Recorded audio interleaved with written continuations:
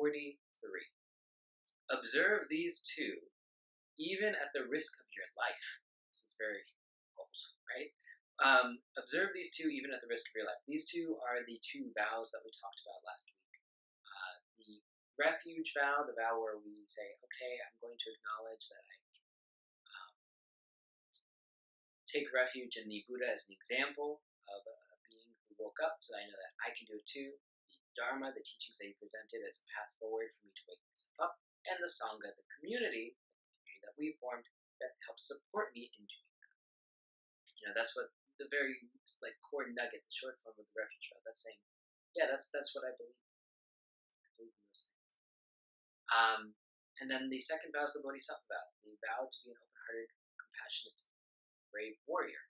That warrior in this case, of course, being someone who goes to war with their own aggression in hopes that they can be of benefit to others. So these are the two. Observe these two vows, even at the risk of your own life, i.e., observe the vows around the foundational vehicle practice in the Mahayana, where we're actually committing to the three tools and the ability to be compassionate in all situations. 44. Train in the three difficulties. Difficulties here. So the difficulties are our cliches. So this is about how we relate to our stuck emotions and how we can ideally see our way through them. The first difficulty is seeing when we get tricked by an emotion and giving it all of our mental energy. So anger arises when we go, oh my gosh, that person, I'm going to just focus on this now. So the training here is to cut through our neurosis as it's arising. We notice and say, oh, I don't have to do that. Actually, that's not what I want for my mental energy. Thank you. I'm going to come back and just be present with my morning coffee. The second is actually to overcome the emotions by letting them go. So the emotion really swells up and we say, okay, I acknowledge it. I'm overcome by this emotion. It has taken over my mind state. It's gone further than the first situation I mentioned. It's gotten so painful that all of a sudden we're paralyzed by anger. We can't even get out of bed. So it's actually a moment that we say, this is no longer serving. This is no longer useful. I need to actually let it go. And that's how we, quote unquote, overcome the emotion we have been overcome by. So it's one teacher I had said every moment has an energy, and either it will write us or we will write it. Right? So here we're saying, oh, I've been ridden by this strong emotion, this hooked emotion. And all of a sudden we make the decision, no, I'm not going to do that. The third here is to vow not to recreate that situation over and over again. Oh, I didn't like being hooked by that strong emotion so deeply. I'm actually not going to allow myself the mental energy to, I'm not going to allow myself to give over my mental energy so quickly to that emotion again. I'm going to try and safeguard my mind a little bit better next time. So this is what it means to train in the three difficulties. It's training in three different essential stages of working with the kleshas, the hooked emotions. 44. Take on the three principal causes. Another list one, right? Okay. The cause here is that which allows you to be a good bodhisattva.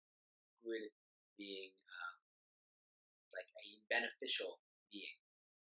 How can we actually really help others? The first aspect, the first principal cause is to have a good teacher. You have a mediocre teacher in me, but hopefully there are other good teachers out there that you study with as well. But having a good guide, essentially, someone that will be able to continue to connect with you and reflect with you and show you what these words actually mean. That's the idea. The second principal cause would be to apply your mind to the Dharma. So to continuously turn the mind towards these teachings and try to incorporate them into our life. And the third is having basic necessities.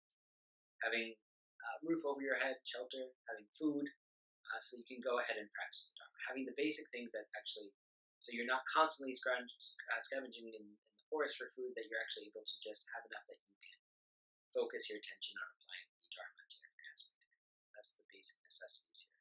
So we're trying to maintain these three situations: the teacher, the teachings that we can incorporate into our life, and then have the basic needs taken care of to the extent that we are able to do that. And we are able to delight in the fact that we are able to work with our own heart and minds in this way. That's the goal here. We have just enough to be able to really take the teachings to heart and run with them. So take on the three principal causes. 46. Pay heed that the three never wane. So these three that are being referred to here are, the first is devotion to a spiritual friend. In Tibetan Buddhism, this is often thought of as like devotion to the guru, like going like this, like someone completely awake, completely enlightened. But even just having some sense of fondness and connection to a spiritual friend.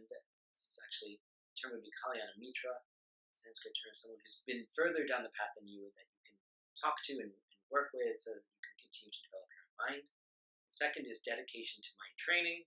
And the third here is good conduct. So pay attention, pay heed that the three never wane, i.e. that your connection to a spiritual friend, your own mind training, and your good conduct, pay heed that